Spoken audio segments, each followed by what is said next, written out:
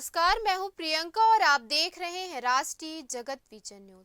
नशा एक ऐसी बुराई है जो इंसान का विवेक छीन लेती है और यही नशा कई बार निर्दोष लोगों की जिंदगी भी निकल जाता है।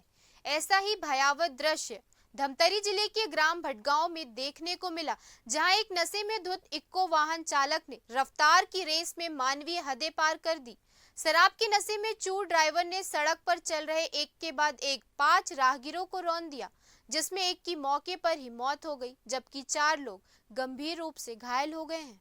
एक सफेद रंग का इक्को वाहन चालक तेज रफ्तार और लापरवाही से चलाते हुए पहले एक व्यक्ति को जोरदार टक्कर मारी और उसे लगभग 300 से 400 मीटर तक वाहन के नीचे फंसी हुई हालत में सड़क पर घसीटता हुआ ले गया। प्रत्यक्षदर्शियों के अनुसार व्यक्ति किसी तरह वाहन के नीचे से बाहर निकल पाया, लेकिन ड्राइवर पर नशे का ऐसा असर था कि उसने वाहन की रफ्तार धीमी नहीं की।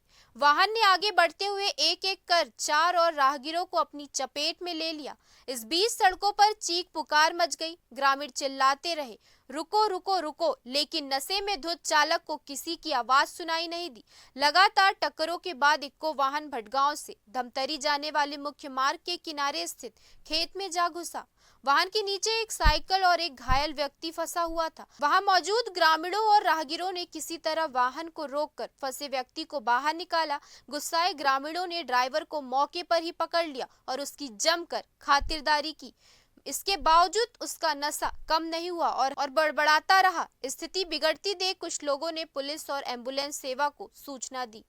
फिलहाल इस खबर में इतना ही। देश प्रदेश के खबरों से अपडेटेड रहने के लिए हमारे चैनल को सब्सक्राइब करें और नए खबरों के नोटिफिकेशन के लिए बेल आइकॉन जरूर दबाएं। नमस्कार।